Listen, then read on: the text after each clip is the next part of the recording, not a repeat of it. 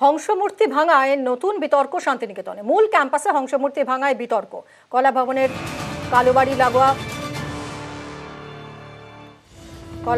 কালোবাড়ি লাগোয়া হংসমূর্তি প্রশ্নে world heritage সাইটের নিরাপত্তা, ঐতিহ্যবাহী কালোবাড়ি সংস্কারের কাজ চলছে। কাজ চলাকালীনই বিপত্তি কিনা তা নিয়ে তদন্ত। ইন্দ্রজিৎ আমাদের প্রতিনিধি রয়েছেন, আরো বিস্তারিত জানাবেন। ইন্দ্রজিৎ, ঠিক কি হয়েছে, কি অভিযোগ? দেখো, যেটা অভিযোগ যেটা বলে রাখবো, বিশ্বভারতীর যে মূল ক্যাম্পাস, ওয়ার্ল্ড হেরিটেজ যে মূল ক্যাম্পাস, যেটা ব্ল্যাক হাউস বা কালো বাড়ি বলা হয়, কলা ভবন লাগোয়া, সেখানে একটি হংস মূর্তি ছিল 30 থেকে 50 বছর পুরনো। সেই হংস মূর্তি দেখা যাচ্ছে ভেঙে পড়ে রয়েছে, কিন্তু কারা ভেঙেছে, কিভাবে ভেঙেছে, সেটা এখনো কিন্তু জানা যায়নি। বিশ্বভারতী কর্তৃপক্ষ এই নিয়ে পুরো পেটেছে, মুখে তারাও কিছু জানাতে চাইছে না। যদিও সূত্র মাফা জানা যাচ্ছে যে বিশ্বভারতী ইতিমধ্যে তদন্তে ভেঙেছে কারা ওই মূর্তিটি ভেঙেছে।